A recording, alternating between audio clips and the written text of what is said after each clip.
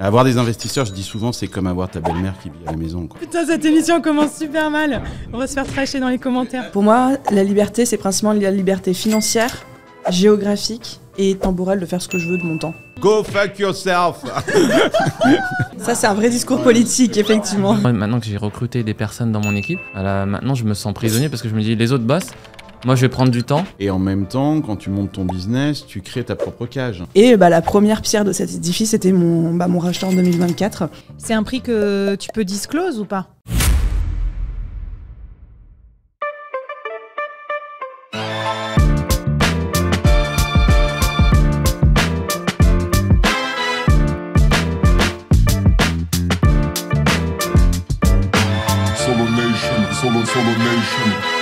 Salut à toutes et à tous et bienvenue sur Solo Nation, l'émission des solopreneurs. Alors, si vous écoutez Solo Nation, c'est que vous êtes lancé à votre compte ou vous rêvez de le faire. Et c'est sans doute à cause d'une motivation puissante, la liberté. Être libre, libéré du joug du salariat, plus d'horaire, plus de patron, personne pour vous dire quoi faire ni quoi penser. Ça, c'est ce qu'on imagine tant qu'on n'est pas encore entrepreneur. Mais au final, est-ce que l'entrepreneur est si libre que ça ? Et parmi toutes les façons d'entreprendre qui existent aujourd'hui, freelancing, soloprenariat, start-up, on va regarder la forme qui nous rend le plus libre. C'est ce qu'on va voir pendant cette émission. Et je vais me tourner vers mes co-animateurs sur ce plateau pour prendre votre react à chaud en 30 secondes. Alors, Dimbi Rakoto Malala. Salut Dimbi. Donc, salut. Toi, tu es le coach Excel avec plus de 1,5 million d'abonnés. T'en penses quoi ? Qui est le plus libre parmi ces trois formats d'entrepreneurs ? Moi je dirais le solopreneur. Alors, pourquoi ? La force de savoir. Ouais, parce que le freelance, t'échanges ton temps contre de l'argent. Le start-upper, t'as une équipe à gérer. Alors que le solopreneur, tu gères ton temps comme tu veux. Tu peux travailler, tu peux voyager. Tu fais ce que tu veux, quoi. Et quand tu veux. Bon, tu vas nous dire, après, j'ai mon petit drapeau ici, là, qui est le drapeau anti-bullshit et sans filtre. Je veux connaître ta vraie vie, Dimbi. Je veux savoir si tu voyages, si tu gères ton temps comme tu veux, etc. On va voir que c'est peut-être pas si simple que ça avec le soloprenariat. Alors, Aline Bartoli, salut Aline. Salut la Flavie. star des coachs business en France. Toi, tu as commencé comme freelance, de Tout à mémoire freelance photographe ou retoucheuse photo. Retoucheuse photo. Et du coup, ensuite, tu es devenue solopreneur et maintenant, tu as une équipe, quoi. Tu as des salariés et tout. Alors, est-ce que tu te sens plus libre aujourd'hui qu'avant ? J'ai envie de faire ma philosophe de comptoir et de dire je me sens 100% plus libre financièrement parce que je pense qu'il y a plusieurs sortes de liberté. Par contre, je rejoins Dimbi sur le côté quand tu as des équipes et donc un rythme de travail à tenir, etc. Tu peux avoir la sensation, c'est pas mon cas, mais tu peux avoir la sensation de perdre parfois un petit peu en liberté, en tout cas liberté de temps et de faire ce que tu veux quand tu veux sans te rendre de compte à personne.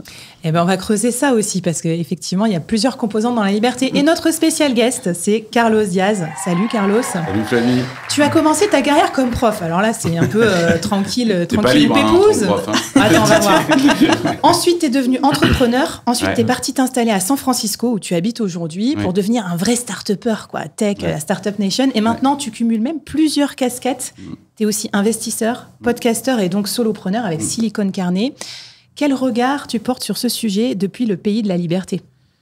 Ouais, je vis aux États-Unis, donc la liberté, c'est quelque chose d'important. On se bat pour ça. T'es venu sans flingue, hein, quand même, rassure-moi. Mais on a des flingues justement pour veiller à rester libre.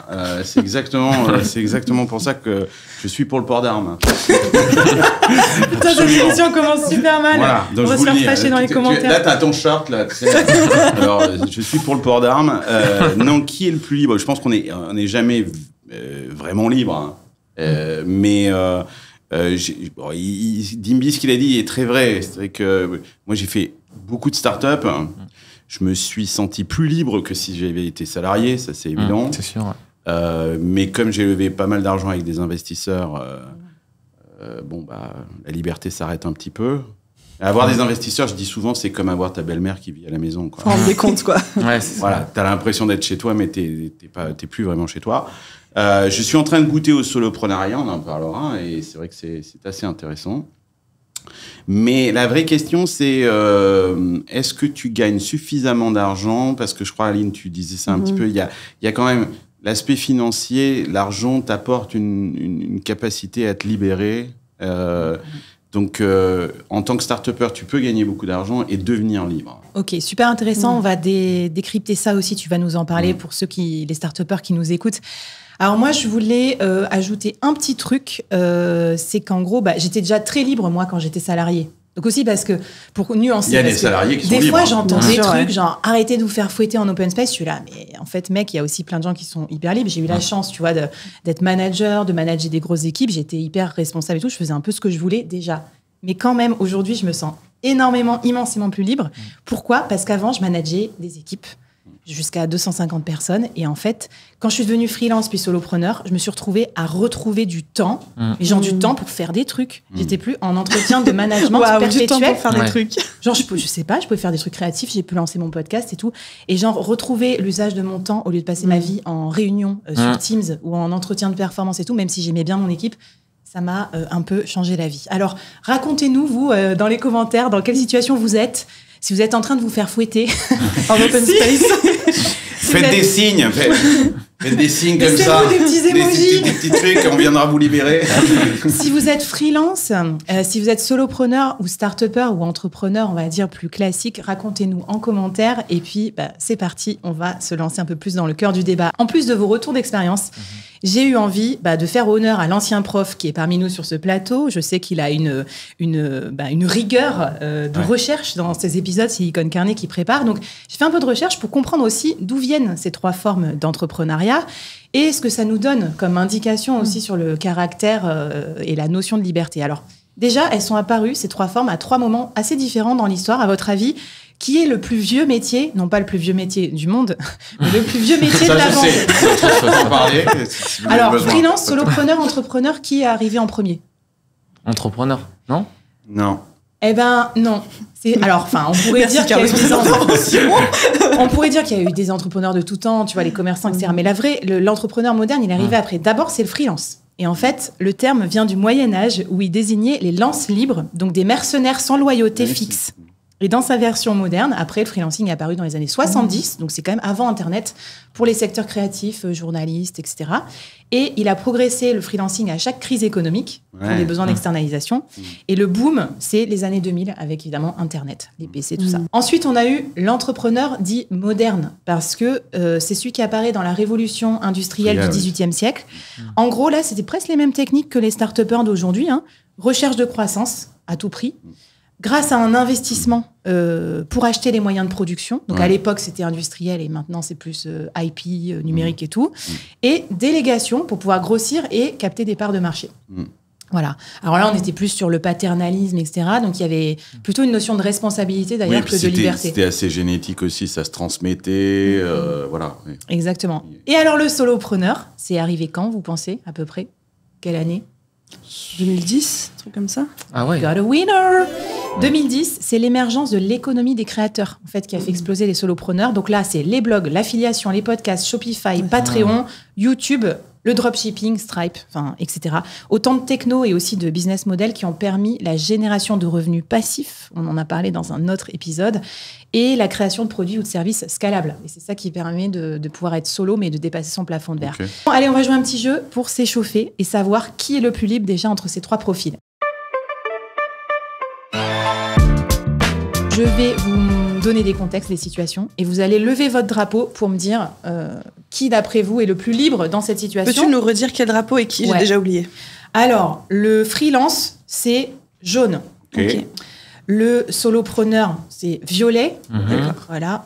Je voulais pas trop perturber, le board violet, machin, solopreneur. Et le noir, c'est start-upper. Ok. Bon, je vais jouer aussi, je vais essayer de jouer et poser des questions en même temps. Alors, qui a le plus de temps libre? Moi, je dis freelance. Ah, les deux, ok. Non, j'avoue, j'aurais peut-être... pourquoi tu mets solopreneur, Dimby? Non, je m'étais dit que le solopreneur, comme je disais, il a une certaine liberté s'il arrive à avoir un business qui tourne tout seul. Parce que le freelance, t'es quand même là, tu dois aller chez ton client ou échanger avec ton client régulièrement. Parce que toi, tu as connu le freelancing régie aussi, je pense, où tu vendais ton temps à la journée, non, en mode conseil. J'étais salarié à cette époque-là, mais j'ai failli passer du coup en freelance consultant. Et là, tu gagnes beaucoup d'argent quand même. Mais tu dois être là 40-45 heures par semaine chez ton client, quoi. Parce que je connais aussi, moi, des freelances au livrable. Et là, c'est un autre délire, tu vois. Oui, là, ça, c'est intéressant. On va voir qu'il y a plusieurs notions. Alors, qui a le plus de stress? On est d'accord. On est d'accord. C'est ça. Ok. Qui peut partir en week-end sans son ordi? Moi, j'ai mis aucun drapeau. Moi, j'ai mis tout le monde parce que je pense que tout le monde peut le décider à un moment. Voilà. Tu peux le décider. Voilà. Après, on sait pas forcément une décision heureuse. On sait pas on se désolidarise de ce qui pourrait se passer pendant ce week-end en question, mais. Non, mais le start-upper, la prod, elle crache. Le week-end, tu fais quoi? Oui, mais le start-upper, généralement, il a des associés, des équipes, etc. Ouais, mais si t'es CTO, tu vois. Ah oui. Et moi, j'ai fait pire. J'ai fait genre, ouais, je pars en Laponie là, pour mes 40 ans, sans ordi et tout. En fait, j'ai tout fait sur mon iPhone et mon iPad en Skype. Parce que c'est ça le solopreneur, on peut piloter sur WhatsApp mes équipes. C'est ça, ouais. Voilà. Super hypocrite. Donc du coup, qui est le plus serein sur son avenir et notamment sur sa retraite? La bonne phrase de français, Carlos, désolé. Je sais même pas ce que ça veut dire la retraite, mais. Moi, j'aurais dit ça. Parce que je me disais, la start-up, c'est tu builds pour faire un exit, pour devenir multimillionnaire. Mais c'est pour 10% de ceux qui créent une start-up. Et encore 10%, t'es gentil. Hein. Et en plus, mais en revanche, pour 90%, ils sont sûrs de jamais retrouver un job. Ouais. Ah putain, ouais. Mais quand tu crées une start-up, c'est fini. Tu ne pourras plus jamais être salarié. Personne ne veut te recruter. Et Tibi, pourquoi le freelance est plus serein pour sa retraite? Tu vois, moi, justement, quand j'allais passer consultant freelance, je pouvais trouver un cabinet qui me place en mission. Donc, 6 mois, 1 an, tu gagnes 500, 600 euros par jour minimum. Et du coup, si tu as une mission toute l'année, tu fais ça pendant toute ta carrière. Ouais, j'avoue, c'est des années à 150. Non, mais parce que toi, tu crois vraiment que les cotisations que tu payes en ce moment, elles vont te payer ta retraite demain? Attends, ça, c'est un autre débat. C'est un vrai discours politique, effectivement. Alors, je te donne la réponse. Moi, je me suis pas sûr, c'est non. Le principe de retraite qu'on a aujourd'hui, c'est que tu payes en ce moment pour les gens qui sont à la retraite maintenant. Donc, ce que tu payes là, Bon, alors, personne. Donc, tu nous as plombé l'ambiance, en début de truc. Alors, attends. Je pense qu'on n'a pas fini de bosser, ouais. Qui prend le plus de vacances? C'est dur. C'est le solopreneur. Moi, je dirais... Ah ouais, bam. Moi, j'avoue, j'assume. J'en prends plein maintenant. Mais je prends plutôt des tracances. Il y a des gens qui détestent ce mot, mais mix travail-vacances. Qui est le plus souvent invité aux soirées ou aux événements mondains? Ah, c'est lui. Start-upper. Ouais. Même s'il fait pas de thunes, même s'il est pas rentable. Surtout en France. Il y a beaucoup de soirées. Qui voit le plus ses enfants? Ouais, non. Ouais, je dirais ces deux-là. Ouais, ok. Allez, qui a le plus de charge mentale? Ok. Ouais. Tu penses pas que les start-upers ont le plus de charge mentale? C'est réparti, ils sont plusieurs. Si, mais je trouve que le fait d'avoir un associé, par exemple, ça peut... J'ai l'impression, quand tu t'entends bien avec, non? Que ça peut changer ta vie, parce que moi, je me sens vraiment seule dans... J'ai la sensation que quand tu as des investisseurs, des choses comme ça te crée une espèce d'épée de Damoclès. Ouais, je suis d'accord. H24. Et puis, tu n'as pas idée du nombre de Founders Drama qui existent. Si, je crois que c'est la première cause d'échec des startups. C'est comme des couples, hein. Moi, j'ai fait à peu près une centaine d'investissements dans des startups. Dans 30 à 40% des cas, il y a un drame avec les fondeurs. Hein. J'ai investi très tôt, très early. 30-40%. J'ai un fondeur drama. Hein. C'est-à-dire qu'ils se séparent. Ou la boîte arrête. Le mail que j'ai reçu hier, c'est bon, on s'est foutu sur la gueule, on ferme la boîte. Ok. Bon, on va en parler aussi, ça, dans les inconvénients et les avantages de chaque modèle. Qui gagne le plus de thunes? Quand? À quel stade de sa carrière? C'est une très bonne question. C'est pas précisé par l'animateur. C'est à votre propre qui gagne le plus? appréciation. Je pense que le start-upper gagne le plus de pognon. Ça réussit. Hein. Le clivage arrive. Si ça se crache. Ouais, mais ça, c'est dans 10% des cas, du coup. Tu peux te payer un salaire, tu lèves de l'argent, tu as déjà un petit salaire. Ah oui, c'est vrai.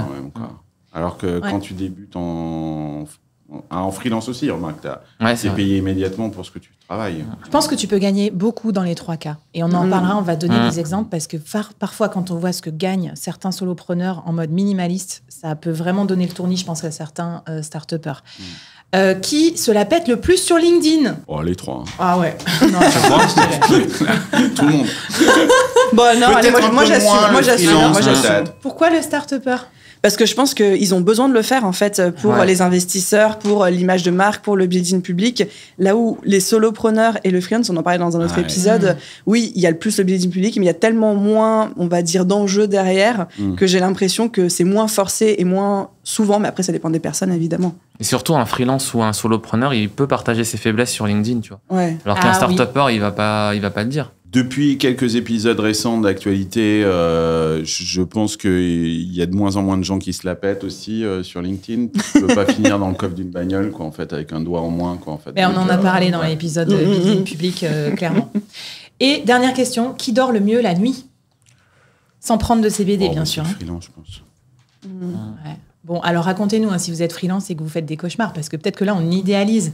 On l'a tous été à un moment autour de cette table, peut-être pas Carlos.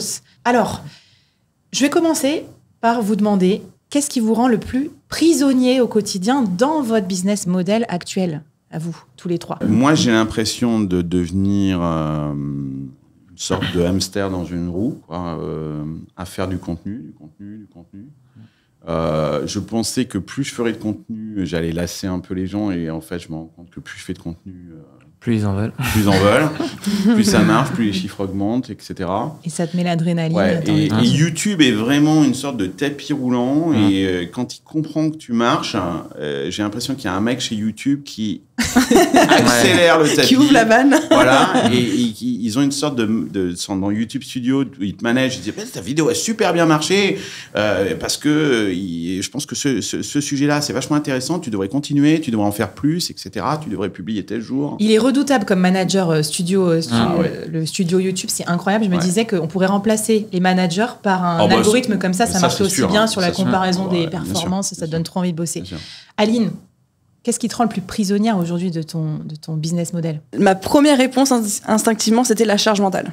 La charge mentale devoir manager en parallèle 50 000 problèmes ou 50 000 enjeux dans ta tête, et d'être à la fois dans le passé pour analyser ce qui s'est passé, faire la rétrospective, dans le présent, gérer tout ce qui se passe, et dans le futur pour anticiper les prochains coups, les prochaines choses. Et je pense que c'est le truc, s'il y en a un qui m'empêche de dormir, ce qui est quand même rare, mais c'est le truc qui m'empêche de dormir. Mais t'as quel âge? Quel rapport avec la charge mentale?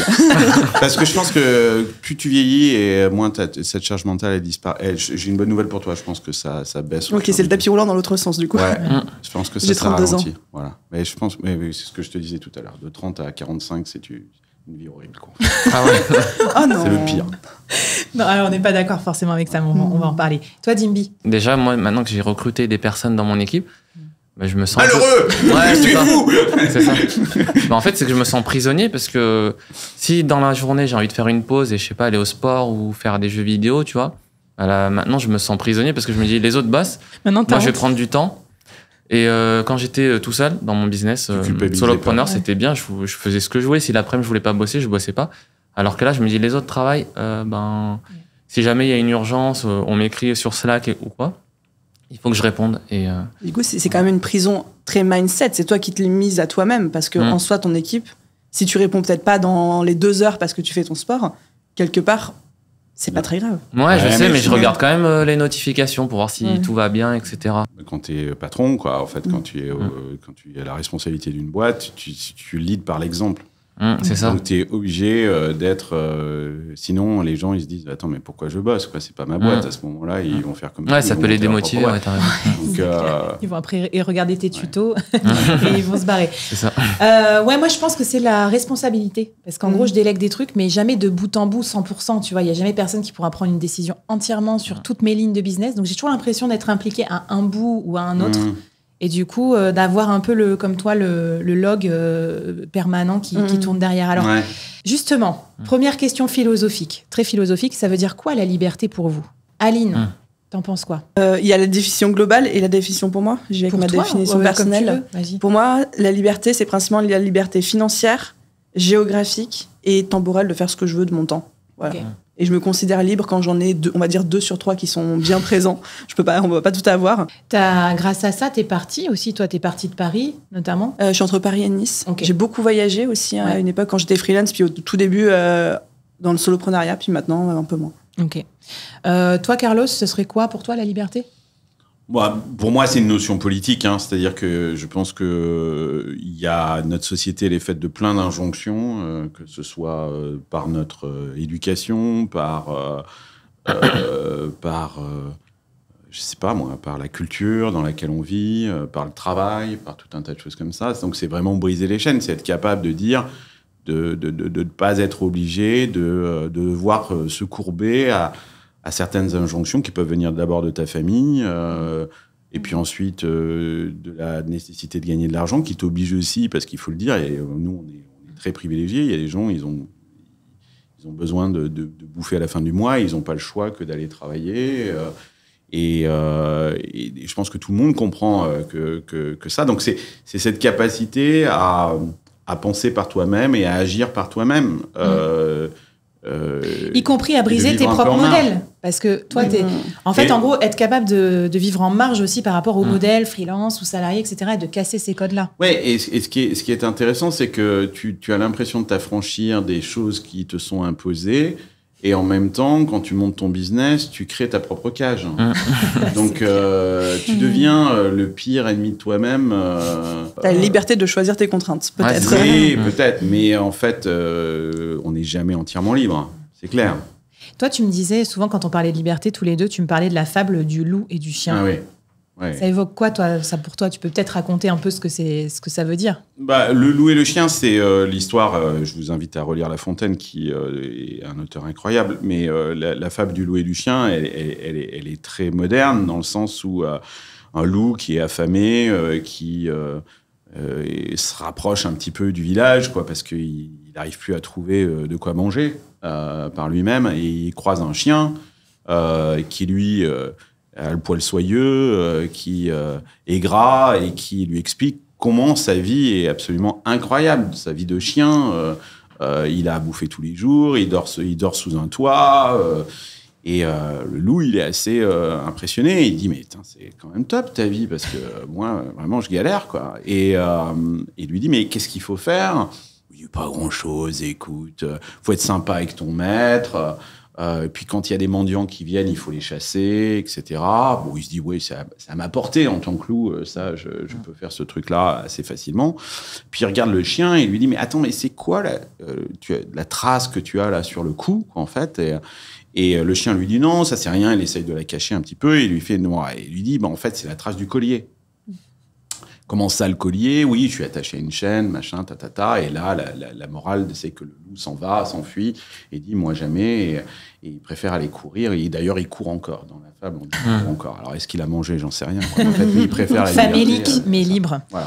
Non, mais voilà, tu vois, c'est ce qu'on questionne aussi aujourd'hui, c'est la trace du collier. On est sous le joug de quoi? Parce que quand on quitte le joug du salariat, etc., on s'en crée d'autres. Donc, oui, on quitte la pâtée, la niche et une certaine reconnaissance sociale. Parce que dans le loup, il y a aussi la solitude, quoi. Et elle est absolument réelle. Moi, je l'ai énormément vécu, ça. Quand je suis partie de dirigeante, de carrière toute tracée, super beau poste, à freelance, laisse tomber. Enfin, j'ai vraiment eu l'impression de chuter de 10 étages en termes de statut. Surtout en France, on est très ultra snob, etc.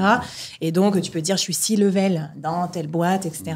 Moi, je dis, je suis youtubeur. Mes filles, ça les fait. Voilà, mais maintenant, ça a plus la cote. Et je vous dis pas le nombre de DM que je reçois, y compris d'anciens collègues dirigeants, qui aujourd'hui sont là, comment t'as fait, etc. Alors qu'il y a 4 ans, c'était, ça marche là, ton petit business de freelance. Donc, nos petits business de freelance, voilà, oui, vous savez ce qu'ils disent. Alors, Dimby, pour toi, la liberté, c'est quoi?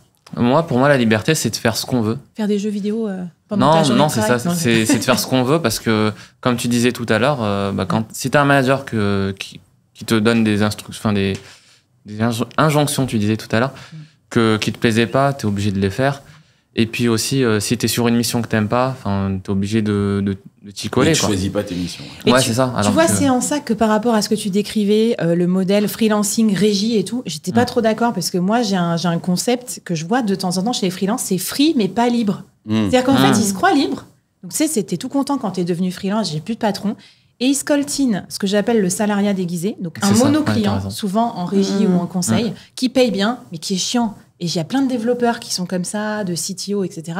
Et ils viennent me voir après parce qu'ils me disent, en fait, je gagne bien ma vie, je gagne 150 000 par an, je me fais chier, je peux pas lancer ce side project que je voulais, j'ai une vie avec que des réunions. Dis-moi comment on fait pour plus de temps asynchrone. Et voilà, pour rebondir, moi, je pense que j'ai trouvé, je pense, mon vrai critère de liberté ces derniers temps, c'est le temps asynchrone. C'est-à-dire que avant, j'avais beaucoup de réunions, des voyages, des déplacements. Là, en gros, si vraiment je craque, j'ai envie, je sais pas, de regarder Netflix ou d'aller surfer parce que les vagues sont bonnes et tout, je vais pouvoir le faire. Ça veut pas dire que j'ai moins de travail, mais tu vois, ça me donne un sentiment de liberté Je sais pas, c'est peut-être complètement choix, illusoire, en mais fait. de sorte de contrôle du temps. C'est un peu, la meuf est un peu mégalo. Non, mais c'est de Non. choisir ton emploi du temps. Ouais. Ouais. Alors, moi, je voudrais qu'on revienne sur un point quand même. Vous en avez touché 2 mots, tous les 3. Est-ce qu'on a une charge mentale plus lourde quand on manage des équipes ou quand on est tout seul? Aline, qu'est-ce que t'en penses? À 200% quand on manage une équipe, parce qu'on a sa charge mentale et celle des autres. Ok, bon, ça va pas rassurer les gens qui se disent est-ce que je recrute, est-ce que machin. Parce que tu sais, on voit beaucoup de faut scaler, faut déléguer. Mais moi, je m'en méfie comme de la peste parce que je me dis, je veux pas retourner dans ma vie d'avant où je manageais des gens et où du coup, tu es responsable d'eux et tout. Carlos, c'est. Je suis d'accord avec Aline. Quand tu as une équipe et que tu dois manager, ça crée une charge mentale supplémentaire. En plus, je pense que on est dans une société un peu judéo-chrétienne, avec un modèle un peu patriarcal, où tu te sens un petit peu comme responsable. Je pense que ça, c'est une énorme connerie. Hein. Les gens, ils sont responsables. Moi, j'entends des fois des gens qui me disent « Oui, tu comprends, ils ont des familles. » Oui, mais c'est les leurs, hein, c'est pas les tiennes. Donc, arrête un peu, quoi. C'est pas toi qui... Oui, tu vois, c'est un côté un peu comme ça, en disant « C'est moi qui subviens... à l'avenir, pas simplement de mes salariés, mais de leur famille, de leur école, de machin. Enfin, faut arrêter les conneries, ça, je crois pas du tout. Bah, surtout qu'en fait, quand tu as travaillé dans des grosses boîtes et où tu as vu la tectonique des plaques et tu es capable de virer des centaines de personnes d'un coup, parce qu'il faut réduire les coûts avant le Covid ou après ou machin. Moi, je comprends pas qu'un solopreneur qui embauche juste une personne, qui pourra retrouver du taf dans plein d'autres endroits, parce que c'est hyper débrouillard, les employés de solopreneurs se mettent une pression de dingue comme ça sur les épaules en mode se pourrissent la vie. Alors moi, je commence, là, ça y est, j'ai commencé à recruter, mais c'est pas des salariés, donc c'est des freelances autour de moi. J'ai un monteur-réalisateur, j'ai un graphiste qui fait toute la partie miniature, machin, tout ça. Alors, c'est vraiment pas du full-time job, mais là, maintenant, j'ai une assistante. Top, d'ailleurs. Et c'est intéressant parce que c'est pas du tout, pour moi, je les vois pas du tout comme des salariés. C'est-à-dire que moi, j'ai créé une plateforme et je leur ai dit, je vais pas vous manager. Hein. Donc, je vous explique, voilà les outils, voilà ce qu'on fait, voilà nos objectifs. Et moi, je fais en sorte que ce soit sympa et que vous sentiez, vous appropriez en fait le projet. Mais maintenant, si j'ai besoin de vous manager, vous partez, quoi. Donc, T'as surresponsabilisé tes équipes en ce sens. Et toi, Aline, t'as pris des salariés ou des freelances? Les deux? J'ai les deux. Et c'est vrai que je me disais là dans ma tête que c'est vrai que j'y suis allée avec la punchline de double charge mentale, mais en fait, c'est pas vrai parce que mon équipe, elle travaille vraiment à réduire ma charge mentale que je pense que je veux prendre parce que certainement que j'ai des choses à régler par rapport à ça. Mais j'ai vraiment la chance d'avoir une équipe top qui fait tout pour me décharger au maximum, voire même parfois j'apprends qu'il y a eu des problèmes et je les apprends 3 semaines après, qu'ils ont été traités, réglés en interne, mais des fois des gros trucs, sans jamais que je vois passer la chose, quoi. Ouais, en fait, il t'en reste, t'as de la charge mentale résiduelle, mais ce qu'on se rend pas compte quand on délègue, c'est qu'en fait, il y a aussi une grosse partie qui a été tamisée avant par d'autres.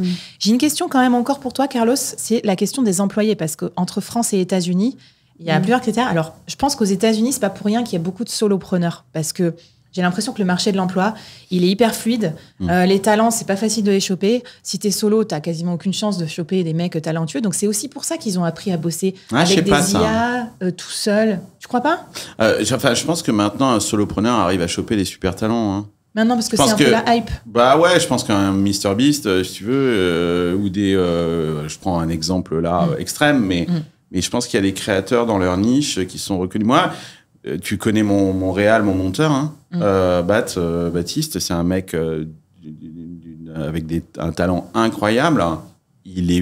C'est lui qui est venu vers moi parce qu'il aimait le contenu que je faisais et que je pense que par la création de notre contenu et par ce qu'on fait, on peut attirer aussi des gens parce qu'ils adhèrent, ils sont d'abord dans notre communauté, et ils deviennent, ensuite ils passent de l'autre côté, ils contribuent au projet. Donc les frontières sont... C'est comme si tous les statuts un peu se mélangeaient, genre des clients, partenaires, potes, parfois associés. Enfin, moi, c'est vraiment ce que je vois. C'est-à-dire que les gens, ils peuvent changer de casquette dans ma communauté et être un peu freelance pour moi, un peu pote, un peu client. Totalement. C'est fou, ce floutage. Moi, je pense qu'en tant que créateur de contenu, le meilleur endroit pour recruter, c'est dans ton audience. Hein. C'est dans ta communauté. 100% d'accord. C'est pas, si quelqu'un, l'assistante que je viens de recruter, la première question que je lui ai posée, c'est, je lui dis, tu regardes Silicon Carnet, tu connais Silicon Carnet? Si la réponse est non, et après je l'ai testé pour savoir si c'était vraiment le cas, mais si t'es pas fan du contenu qu'on fait, tu n'es même pas candidat. Bon, alors maintenant, je vais lancer un petit débat. Parce qu'on a un start-upper ou ex-start-upper, enfin, je sais pas trop où t'en es là-dessus. T'es un peu à cheval entre les deux trucs. Est-ce que la Startup Nation est pas en berne? Là, je vais sortir mon petit drapeau.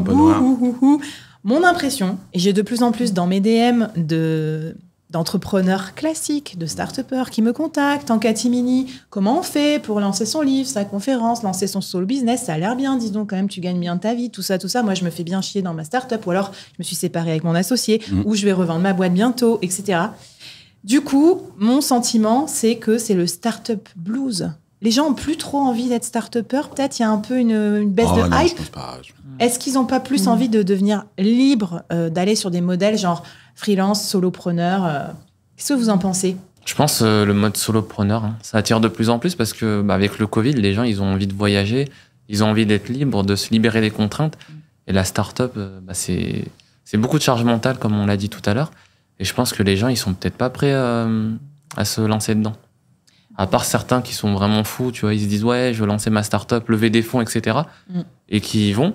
Mais sinon, la plupart, je pense, ils veulent retourner à un mode de vie un peu plus tranquille et être solopreneur. Je pense que c'est ça qui se développe le plus. Après, je me pose la question, tu vois, c'est comme si le côté statutaire de je lance ma start-up était un peu redescendu pour le côté aussi statutaire de je crée du contenu, je suis mon propre maître, etc. On va y revenir. Toi, Aline, t'en penses quoi dans ton univers? T'accompagnes plein de gens à se lancer dans l'entrepreneuriat.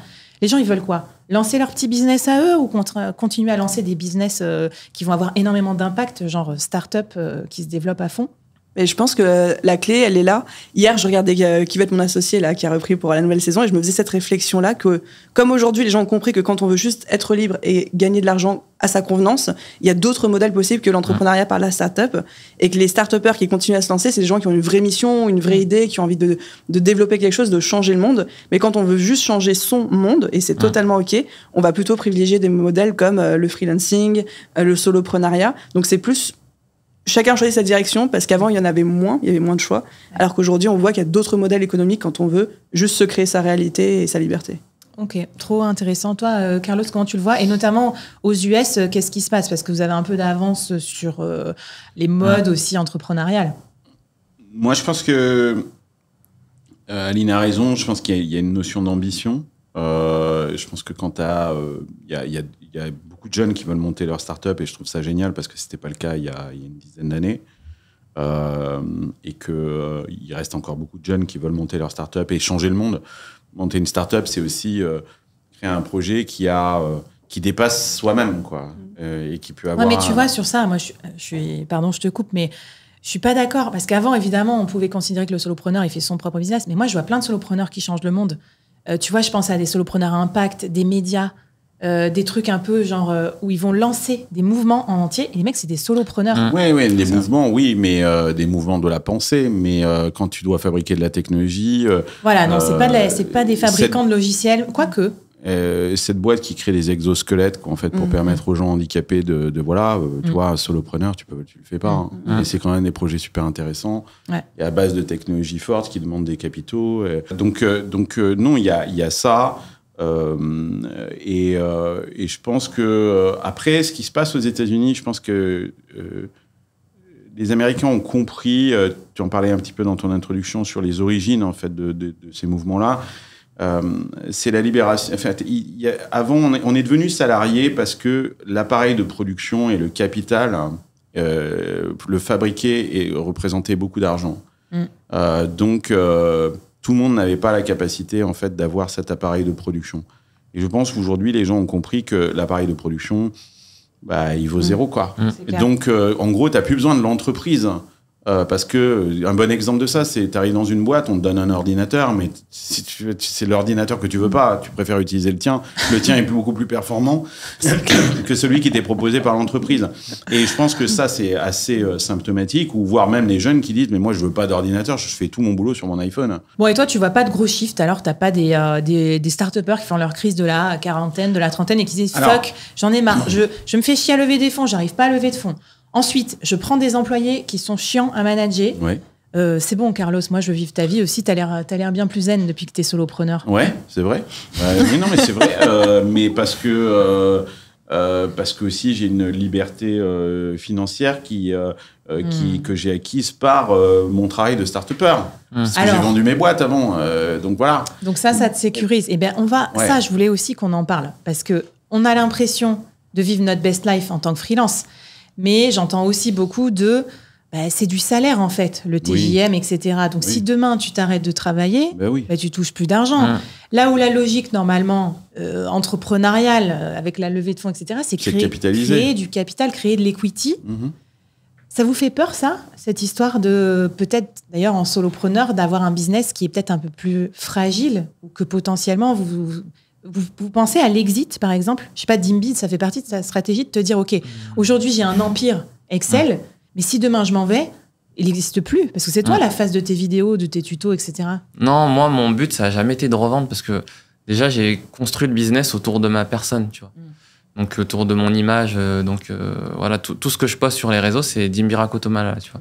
Il n'y a pas de Excellers Academy, le nom de la formation. Ça t'inquiète pas sur ton avenir? Tu te dis pas, putain, je sais rien, moi, truc de fou. Si un jour t'en as marre d'Excel, je sais que ça n'arrivera jamais, mais tu vois.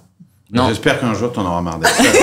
Ouais. Parce que si au moment de mourir, tu te dis finalement ma vie c'est limité à un tableau Excel, ça va être chiant, quoi. Mais c'est sa passion, Carlos. Toi, t'en as pas marre de la tech?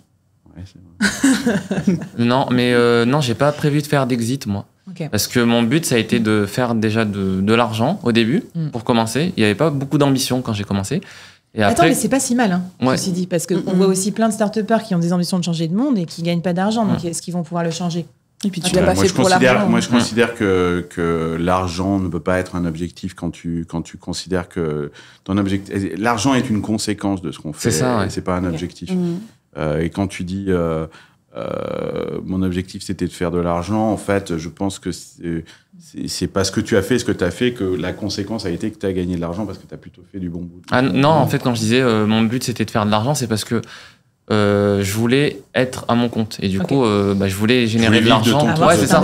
Okay. Ouais. Et du coup, c'est ce que j'ai fait. Et puis après, quand j'ai fait pas mal de chiffre d'affaires, comme on en a parlé dans l'autre émission, eh bien, je me suis dit, mon but, ça va être de faire de l'argent et après de réinvestir cet argent dans d'autres sociétés que je créerai. Et comme ça, après, si jamais l'entreprise de formation, elle meurt, au moins, j'aurai d'autres business, tu vois. Mais toujours avec cet argent-là. Parce que faire un exit quand la marque, c'est toi, c'est compliqué. Donc, j'ai trouvé cette solution-là. Je trouve que c'est plutôt pas mal. Et puis, après, même vendre ses parts, je trouve ça un peu compliqué. Faut évaluer la boîte, faut trouver des acheteurs. T'inquiète, il y a des gens qui le font très bien pour toi. Ouais, je sais, mais ils servent au passage, mais ils savent le faire. T'as le maestro en face. Tu nous diras après d'ailleurs, parce que les multiples et tout ça, c'est peut-être la question qu'on se pose quand on est solopreneur. Est-ce qu'on a vraiment des multiples aussi clairs que quand tu revends un SaaS? Toi, est-ce que tu as une stratégie justement long terme, notamment exit? Et de mémoire, tu avais racheté aussi. J'ai fait mon premier achat en 2024. Alors, c'est quand même assez rare dans l'univers soloprenarial, en tout cas français. Donc là, on est vraiment dans des logiques d'entreprise classiques. Est-ce que tu peux nous raconter un peu ton point de vue sur cette notion de capital, d'equity? Moi, j'ai jamais voulu faire d'exit de ma propre boîte. C'est ma boîte en personal branding. Elle restera comme ça parce que c'est mon bébé au sens très symbolique et affectueux du terme. Par contre, pour, on va dire, la pérennité de ce que je construis et une vision qui est alignée avec ma mission, etc., j'ai toujours visualisé un écosystème de plusieurs entreprises sur plusieurs domaines différents que j'allais soit racheter, soit démarrer, comme toi, de pouvoir investir dans de nouveaux business que je démarrais moi-même. Et la première pierre de cet édifice, c'était mon rachat en 2024, où s'est posé la question de c'est quoi un multiple sur un business soloprenarial qui reposait encore un peu sur le personal branding de sa créatrice, etc. On va redire, tu as racheté Postadem, c'est ça? Tout à fait. Et du coup, comment tu as trouvé le multiple alors? Comment vous avez fait pour trouver l'arrangement financier? C'était très spécifique parce que dans le soloprenariat et surtout l'infoprenariat, en fait, il y a très peu d'historique de boîtes qui ont, parce que c'est déjà une thématique qui est très jeune. Et en plus de ça, comme il y a beaucoup de personal branding, il y a peu de personnes qui revendent. Donc, on n'avait pas vraiment de choses sur lesquelles s'appuyer. Mais ce qui est magique là-dedans, c'est que du coup, c'est toi qui inventes tes propres règles. Et en fait, du coup, le bon prix, c'est celui où moi, je suis prête à acheter, la vendeuse était prête à vendre. Voilà, c'était vraiment ça la règle de base. Et cette simplicité a fait qu'on s'est assez vite mis d'accord. C'est un prix que tu peux disclose ou pas? Pas du tout. Ok. Non, j'ai signé dans le contrat, malheureusement. Ça va, c'est bon, j'ai des limites à la VAR. On a quand même des règles du jeu entre nous, on est Mais sans je peux filtre. montrer la partie du contrat où c'est marqué que j'ai pas le droit d'en parler. Voilà. Mais on signe aussi des accords de confidentialité. C'est parfois. ça, ouais. Ok. Ça t'inspire quoi, ça, première, comme ça, achat-revente, exit de solopreneur? Moi, dans ma vie, je n'ai gagné que de l'argent avec de l'equity, quoi. C'est-à-dire, le salaire a toujours été là pour payer les factures. Et ce que je gagnais en plus, généralement, il n'y avait pas grand-chose. Donc, ou alors je le réinvestissais immédiatement dans mes propres projets ou dans des projets d'autres personnes. Mais c'est par la revente donc, du capital de ta boîte que j'ai pu... Et tu vois, juste, je me rappelle notre conversation. Au début, quoi, j'étais encore un peu freelance et tu m'avais dit non, mais c'est bien, Flav, tu gagnes ta vie et tout. Je faisais déjà freelance à 6 chiffres. Et tu m'avais dit, aux États-Unis, on a très bien compris que c'est pas avec le salaire qu'on s'enrichit, c'est avec le capital. Et moi, ça m'a marqué. Je me suis dit, putain, je construis pas de capital. Je suis freelance. Ouais. De client en client, je me fais promener, j'ai mon cerveau, mais c'est pas un capital. Et ça m'a accéléré de fou. Le fait de construire des assets, des actifs avec le board, au moins, comment on dit, propriété intellectuelle, méthode signature, marque, médias, communauté, tous ces actifs aussi maintenant immatériels qui sont plus les usines, mais qui commencent à avoir de la valeur. Je vois aussi Les listes email, on valent une fortune. Les listes email se revendent, des communautés qui commencent à se revendre, des médias, newsletters, podcasts. Ça serait bien qu'on fouille un peu les chiffres. Peut-être qu'on pourra en parler une autre fois, ou on racontera en commentaire. Dites-nous si ça vous intéresse aussi, on pourra les geeker. Donc, Non, moi je pense que c'est vachement... Moi, c'est un truc qui m'obsède, c'est parce que j'ai toujours fabriqué du capital, de l'equity dans ma vie, dans mes projets. Ma première boîte est rentrée en bourse, ma deuxième s'est revendue, la troisième a foiré, mais voilà, et c'est comme ça que j'ai pu gagner de l'argent. Donc là, moi, je suis obsédé dans ma démarche là, avec Silicon Carnet de fabriquer un média qui puisse se passer de moi. Ok. Tu as gardé cette logique de capital oui. avec le média. Ouais. Ce que j'ai abandonné un petit peu, c'est la partie... dans la tech, on essaye de faire des trucs qui scalent. Et un copain aux États-Unis, je lui disais, ouais, j'ai vraiment envie de me concentrer sur Silicon Carnet, mais le problème, c'est que ça scale pas si c'est pas moi qui fais du contenu. Et si je suis malade ou des trucs comme ça. Et il m'a regardé, il m'a dit, parce que Taylor Swift, elle scale. Et là, je me suis dit, ouais, putain, il a raison, quoi. LeBron James non plus, il scale pas, quoi. Donc, mais en revanche, ce sont des vrais businessmen et businesswomen. C'est-à-dire que tu utilises ta personne et ton personal branding pour attirer des choses. Ils font des produits à côté. MrBeast lance une marque de chocolat. Il a sa chaîne de burgers. Il y a tout un tas de trucs comme ça. On peut fabriquer un média. La télé va mourir. C'est absolument certain. Là, ce qu'on voit, là, ce que nous, on est en train de faire, ça me rappelle énormément les radios libres à l'époque, et ça a donné des énergies Skyrock qui sont aujourd'hui... Est-ce que c'est pas des boîtes avec un capital? Ouais, si. ouais, carrément. Bien sûr que si. Donc si, on en est encore au tout début. Donc, on peut créer du capital autour de ça, mais ça implique aussi de se séparer de ce truc-là, et de fabriquer des assets, des produits, comme tu dis, mais aussi moi, ce qui m'obsède, c'est de créer des émissions, par exemple, sur Silicon Carnet, qui ne sont pas présentées par moi. Ok. Voilà. Après, ce que tu disais, ouais, la scalabilité à tout prix, il faut faire attention, parce que moi, je vois certains solopreneurs qui prennent ce chemin-là, et du coup, ils s'enlèvent de tout. Ils s'enlèvent de leurs médias, ils s'enlèvent de leur formation, ils s'enlèvent de leur bootcamp et de leur coaching. À un moment, tu as envie de dire, en fait, mon gars, je vais pas prendre ton truc à 10 000 balles pour me faire coacher par un sbire. Ouais. Et moi, j'ai fait le chemin inverse. Pareil, un peu comme toi. Donc moi, j'ai monté mes prix de coaching en coaching, de bootcamp en bootcamp. Maintenant, mon bootcamp, il est très cher. Il y a quelqu'un qui me faisait la remarque, voilà. Je lui dis, ouais, mais moi, c'est moi qui coach personnellement les gens. J'en coach que 36 par an. Et en fait, c'est un modèle complètement contre-intuitif, là où les gens vont te dire, faut 1000 clients par an. Donc j'ai fait l'inverse. Donc comme quoi, on peut quand même avoir un effet de levier et construire des choses sans se faire substituer ou se faire remplacer. C'est deux modèles différents. Je sais pas comment vous vivez le truc. Moi, il y a un truc qui est bizarre, c'est que quand tu débutes, tu as vraiment envie d'être très très proche de ton audience. Et plus en fait tu grandis et plus ton audience est proche, plus tu as envie de te distancer un petit peu de ton audience, parce que moi, en termes, j'en ai pas parlé, ça, de charge mentale. Ah oui, le charge communicationnel notamment, les notifs, les messages et tout gens, ça. D'abord, ils te parlent comme si tu étais leur pote. Alors, eux, ils te connaissent super bien, mais toi, tu les connais pas. Je trouve qu'il y a un truc fou avec la création de contenu. La créateur économie, tout le monde a envie d'avoir une communauté, une audience, mais est-ce que vous ne sentez pas parfois un tout petit peu emprisonné justement par ce côté j'ai une responsabilité vis-à-vis de cette audience, ou alors on rigolait, quoi, mais je vais à un événement où je suis invitée et genre tout le monde veut me parler, genre pendant 3 heures et tout, et tu rentres chez toi le soir, t'es prostré, tranquille devant ton petit Netflix en mode je ne veux voir personne, t'annules tes potes et tout. Dis-moi, ça t'arrive, on te reconnaît dans la rue, on t'arrête en disant mon boss m'a montré ça sur Excel. Ouais, tu l'as reconnu. Ouais, si, ça m'arrive. Moi, je sors pas souvent. Tu vois, non, mais en fait, c'est que mon bureau, il est à 500 mètres de chez moi. Donc, et qui joue aux jeux vidéo. Ouais. Mais du coup, quand je sors de temps en temps, ça m'arrive qu'on me dise c'est toi le mec d'Excel, etc.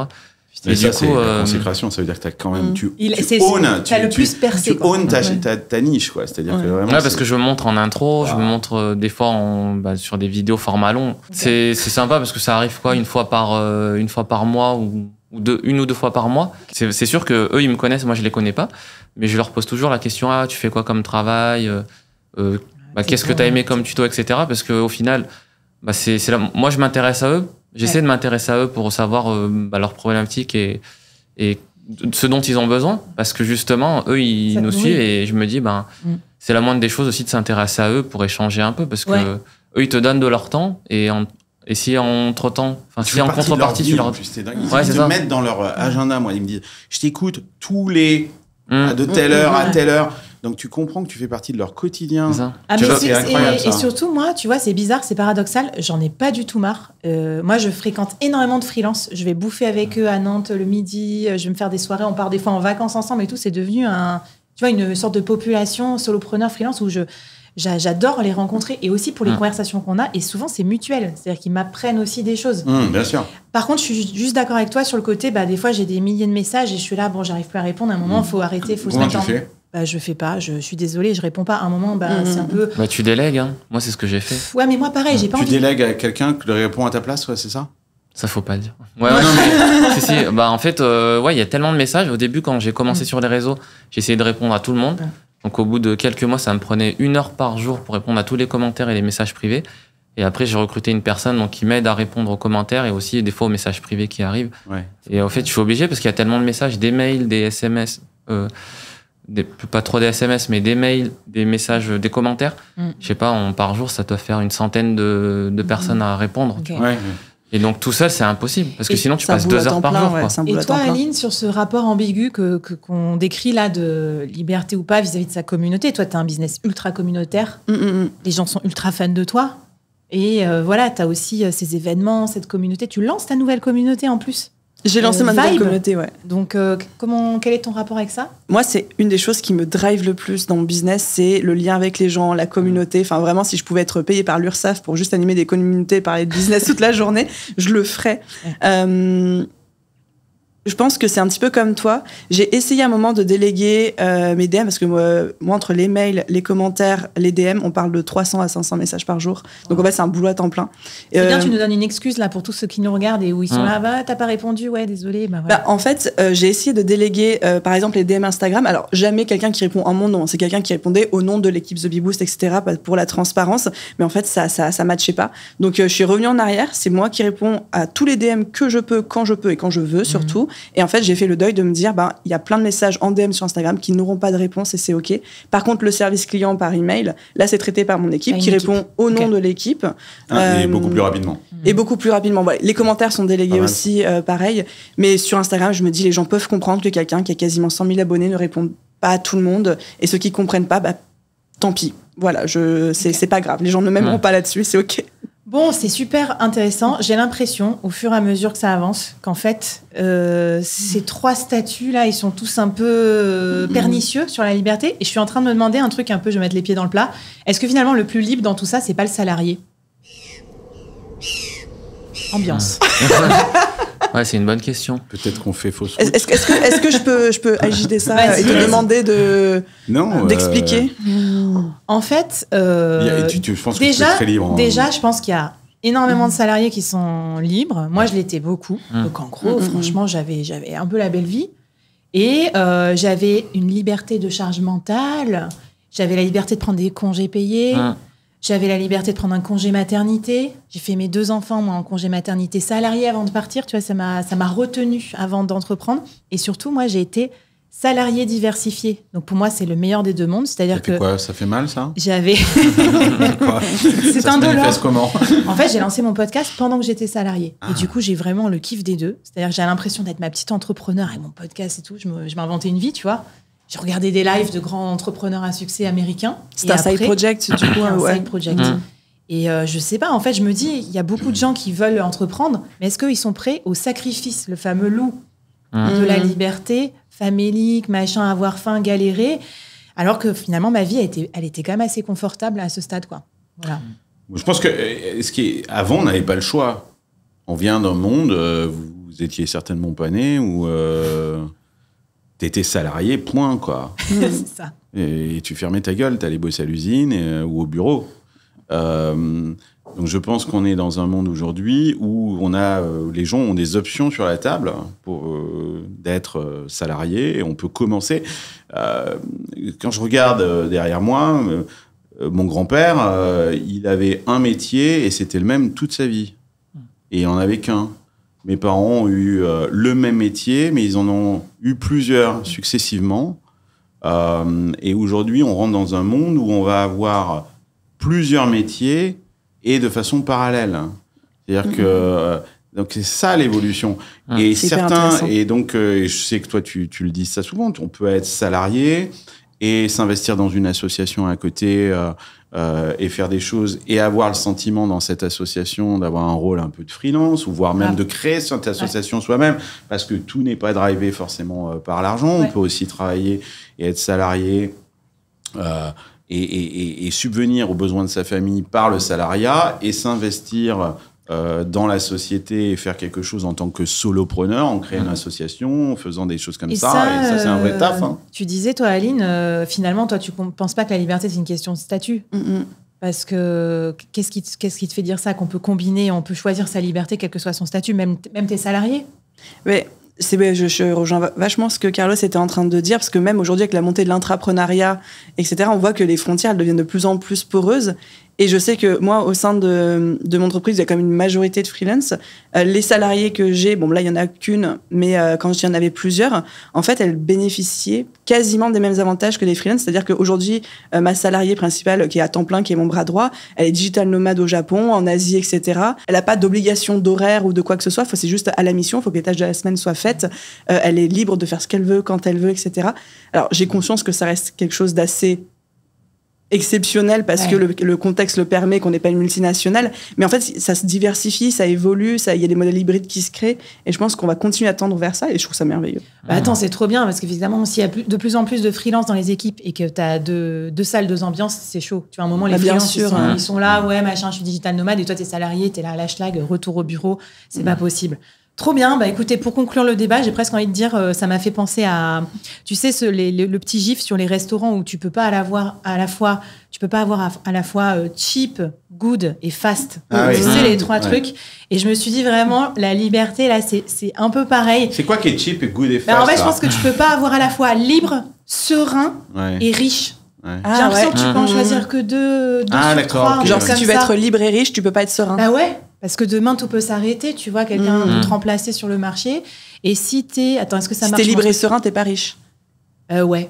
C'est typiquement le salarié un peu... Ça marche ton truc, hein. Planqué. Ça marche pas mal, ouais. Et du coup, ça donne envie de se challenger à essayer de trouver la solution. On va se faire un petit sticker, un petit gif. Bon, c'était super. On va faire un petit jeu quand même de redescente pour voir... j'ai encore envie de vous tester parce que vous allez voir, on n'a pas fini de découvrir des trucs de dingo sur la liberté au travail et notamment sur ce sujet des salariés. On y va, c'est parti pour le petit jeu. Donc vous allez prendre vos 2 drapeaux. Violet, c'est oui.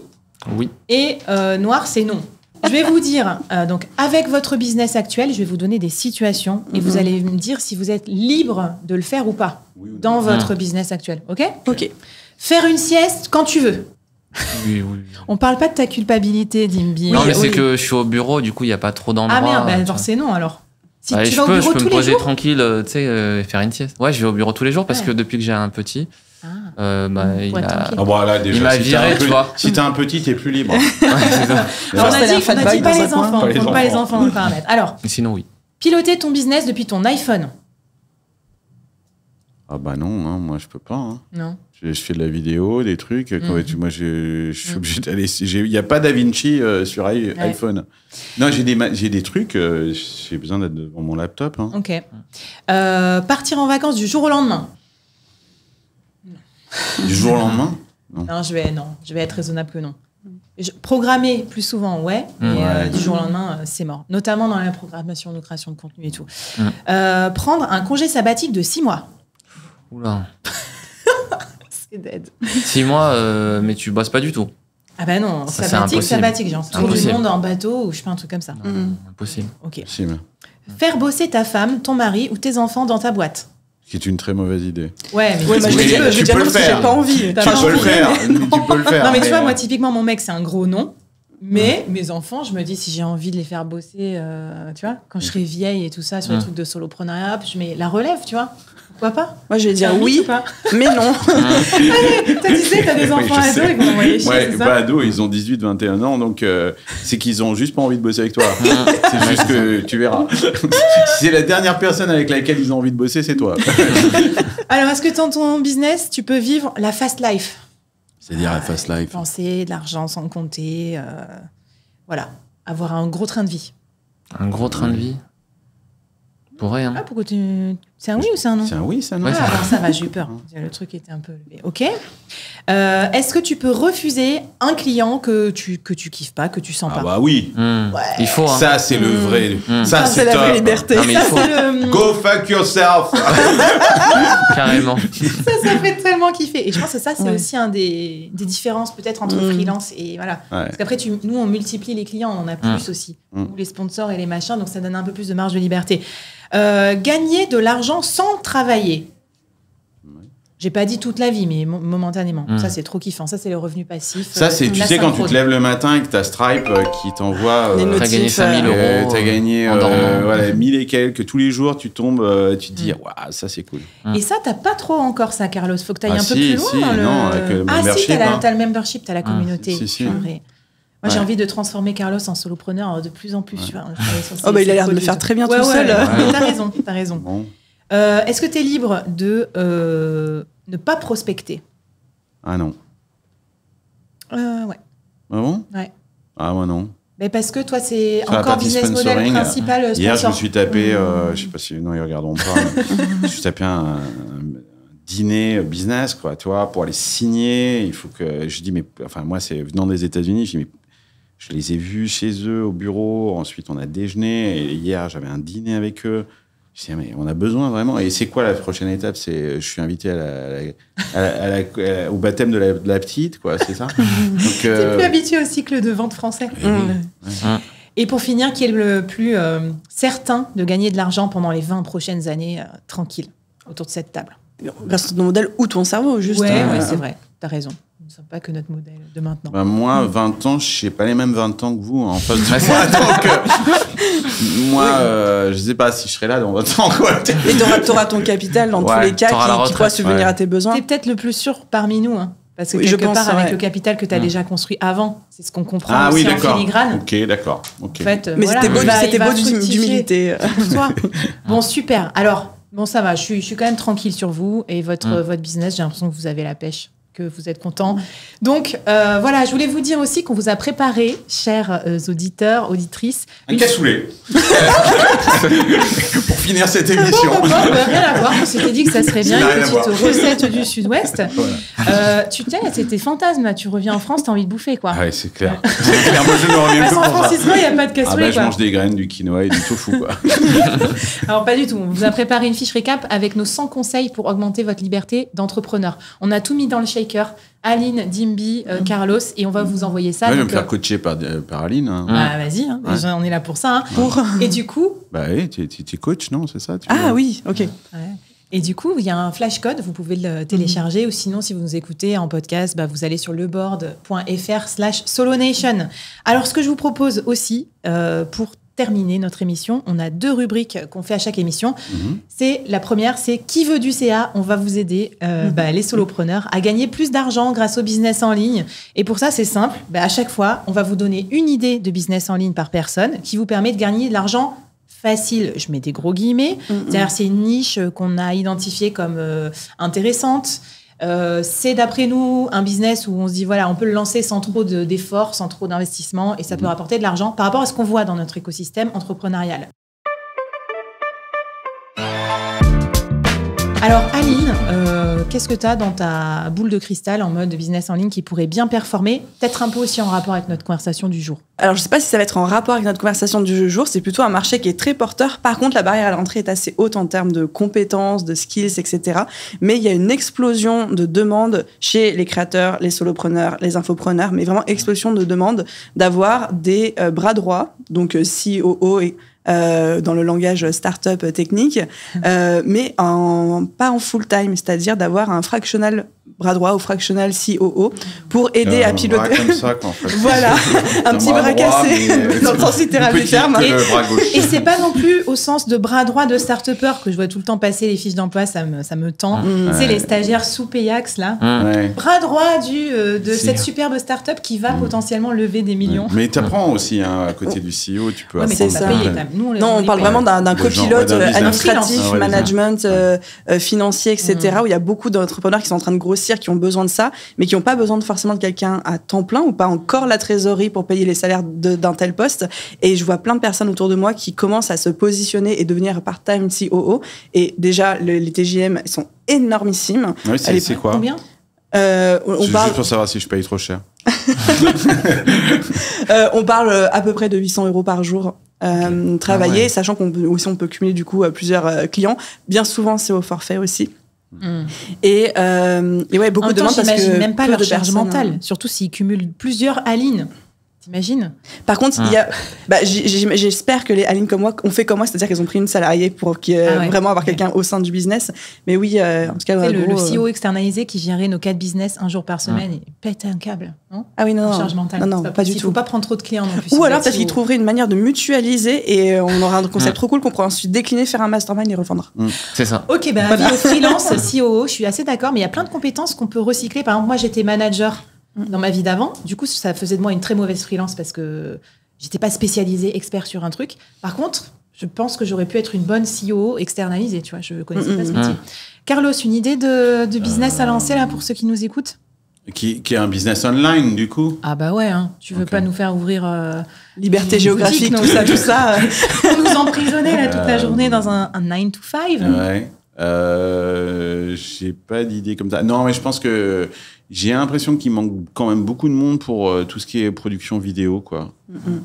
C'est pas très compliqué, quoi, de se former en ligne et de devenir monteur avec et si t'es un peu créatif, d'apporter plus que du montage, juste, mais vraiment une touche créative et tout ça. Et je pense que c'est un business qui va exploser.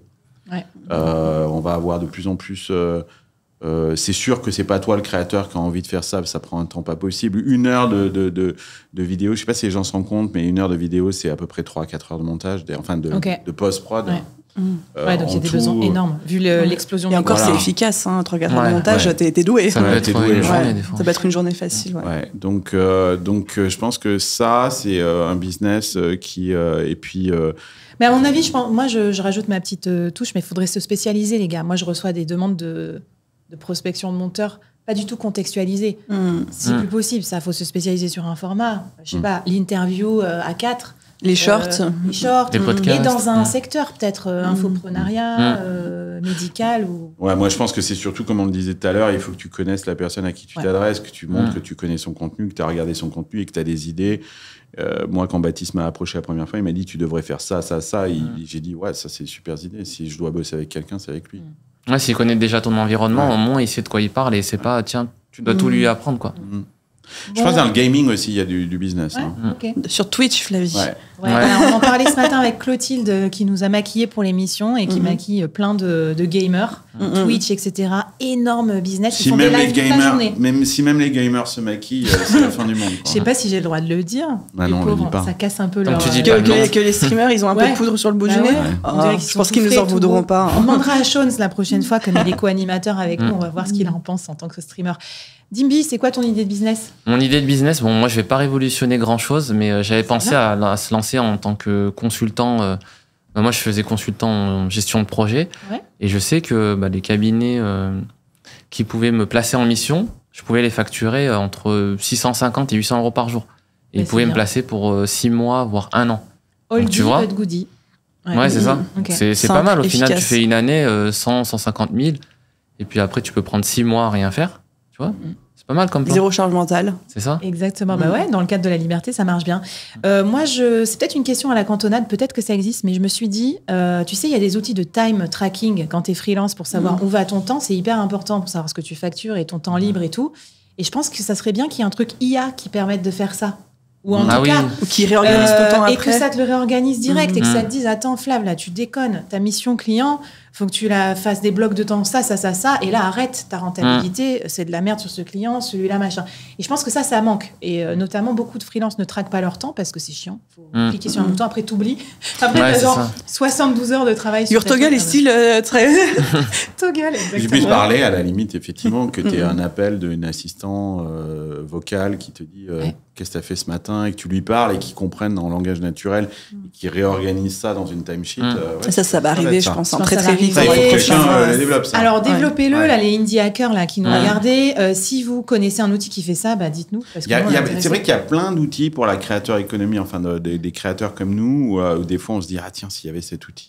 Peut-être qu'on va le créer, tu sais, ça va nous donner. On demandera à Pauline, notre SaaS builder, là, elle nous donnera des idées. Bon, bref, racontez-nous si vous avez envie de tester ou peut-être si vous faites déjà ces métiers, si c'est validé, les TJM, etc., si ça marche. On veut tout savoir en commentaire et puis ça nous donnera aussi des idées de business. Et je vous propose qu'on passe à la dernière question de l'émission, le SAV des solos. Et alors, à chaque émission, on vous aide à développer votre solo business. Et en fait, vous pouvez nous envoyer votre question en commentant SAV dans les commentaires. Donc, allez-y, SAV. Ensuite, on vous tire au sort et avec vos problématiques, on vous invite dans la prochaine émission en vidéo ou en screenshot ou ce que vous voulez. Parce que là, j'ai un screenshot parce que la personne voulait rester anonymous. Donc, je vais vous balancer la question. Je ne vais Donc, pas la balancer, c'est une amie.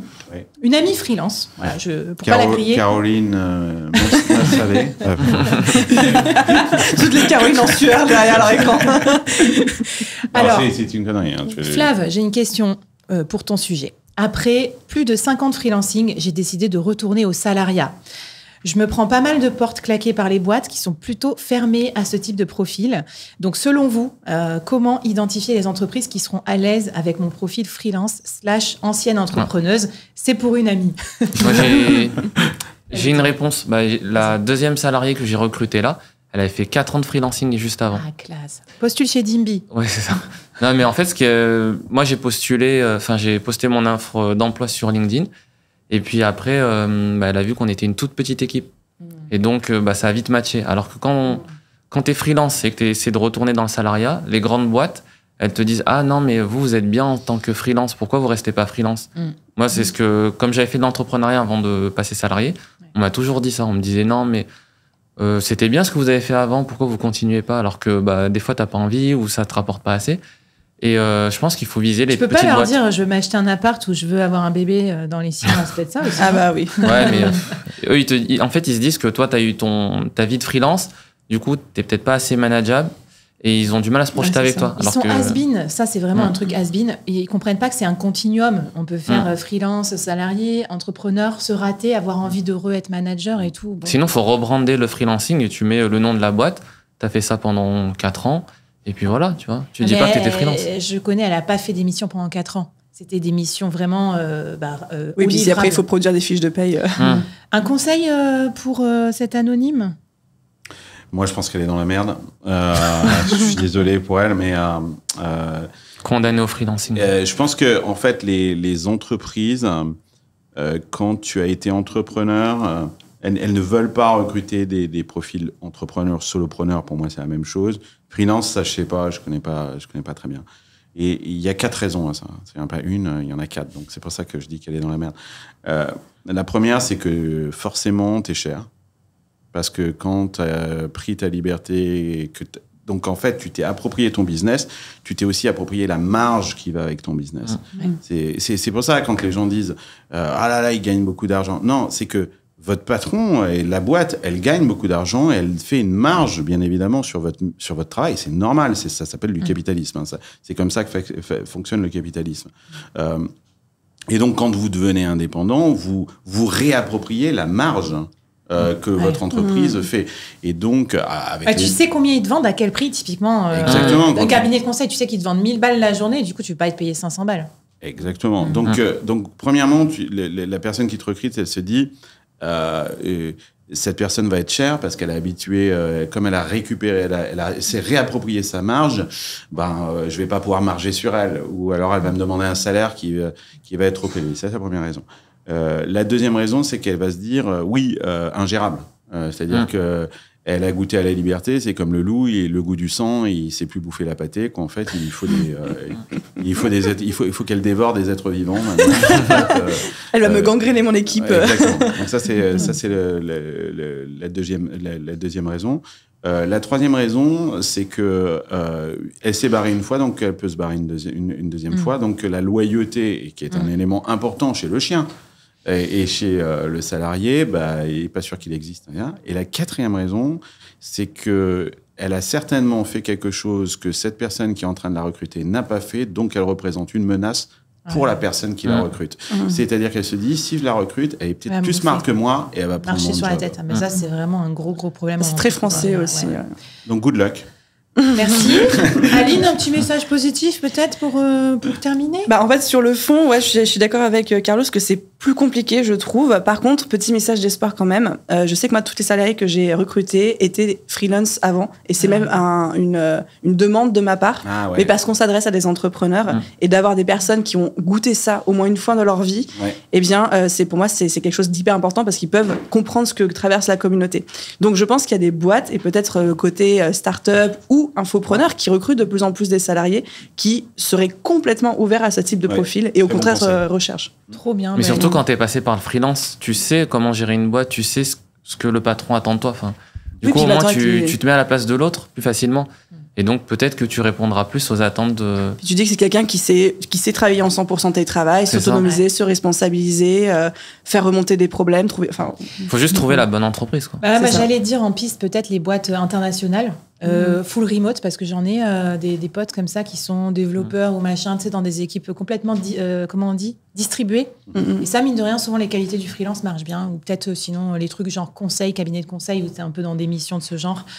Good luck en tout cas, ma chère, avec ces conseils. Merci beaucoup à vous pour ces conseils, c'était trop bien. Et à vous de nous suivre, vous êtes de plus en plus nombreux à nous écrire, à nous soutenir. Et d'ailleurs, pour nous soutenir encore plus, abonnez-vous à la chaîne YouTube, donc c'est Le Board Media. Et puis laissez-nous aussi des étoiles sur Spotify, sur des podcasters, Apple Podcasts, des likes, des commentaires pour qu'on ait plein de bonnes vibes.